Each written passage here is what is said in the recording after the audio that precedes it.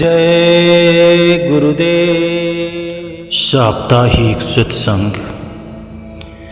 जो प्रेमी भजन और ध्यान में लगे हुए हैं, यानी रोज भजन ध्यान सुमिरन करते हैं, उनको दूसरे की बात सहन करना चाहिए।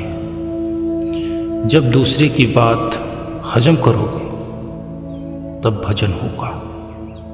दूसरे की बातों को पकड़ लिया तो साधना भजन बिगड़ जाएगा। मन उन्हीं बातों में लगा रहेगा कि उसने क्या कहा, क्यों कहा, कैसे कह दिया। और तुम जब भी भजन पे बैठोगे तो वो सारे दृश्य तुम्हारे मन के पटल पर वैसे ही दिखाई देंगे और तुम्हारा भजन बनेगा ही।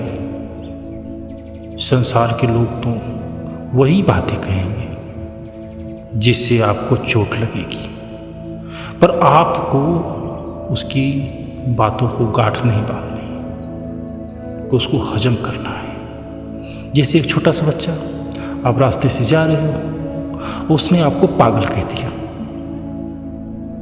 आप मुस्कुराते हो, चले जाते हो, उसकी बात को हजम करते हो। क्यों? क्योंकि आपको पूरा पता है कि वो ना समझे। ऐसे ही इन सारे संसारियों को समझना है। कुछ भी ये कहें, आप इनको हजम कर जाओ। यह सब कर्मों की अड़चन है, यही बात है। उसी को हटाने के लिए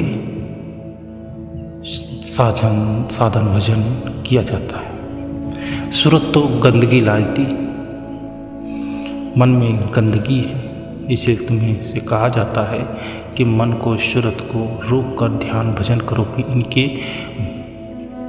मैल कटे। मन रुकेगा, धीरे धीरे सफाई होती चली जाएगी। सत्संग वचनों को हमेशा याद रखना चाहिए, ध्यान रखना चाहिए। अगर वचनों का ध्यान न रखा और किसी बात को दिल से लगा लिया तो उस दिन भजन बिगड़ जाएगा। कोई भीख मांग कर आता है तो एकदम दीनहीन होकर आपसे भीख मांगता है। कोई कुछ भी कहे वो मन में नहीं उतारता, उसकी बस एक याचना है, वो दीन है और मांगता है तो उसको कुछ मिल जाता है। अगर वह अकड़ के मांगे तो वो पूरा दिन घूमता रहे, उसे कुछ नहीं मिलेगा। तुम तो भी उसी की तरह हो। जब मालिक के दरबार में बैठो तो भिखारी की तरह दीन हो जाओ, अपने आप को उसमें खो दो तो कुछ मिल जाएगा, वरना कुछ नहीं मिलेगा। अपनी आदत को बदल दो, अपने स्वभाव को बदल दो। जब अपनी आदत स्वभाव को बदलोगे तो कुछ प्राप्ति हो जाएगी। संतों ने कहा कि ये दुनिया बहुत बहुरंगी है। इस दुनिया में सभी लोग भूले हुए हैं। वो जो कर रहे हैं, जो कह रहे हैं, सब गफलत की बातें। जो ध्यान देगा वो अपने मूल से दूर होता चला जाएगा। हमें क्या करना था, हम किस लिए आए थे, ये सारी बातें सत्संग में बताई जाती हैं। संतों की शरणागति ही सर्वोत्तम गति है। जब संतों की शरणागति तुम्हें प्राप्त हो गई तो अब किसी बात की चिंता ही नहीं रही। गुरु रखा शीश पे हाथ, अब डर, अब सोच क्या है, अब कुछ नहीं है। जब सतगुरु ने आपके सर पे हाथ रख ही दिया है तो आप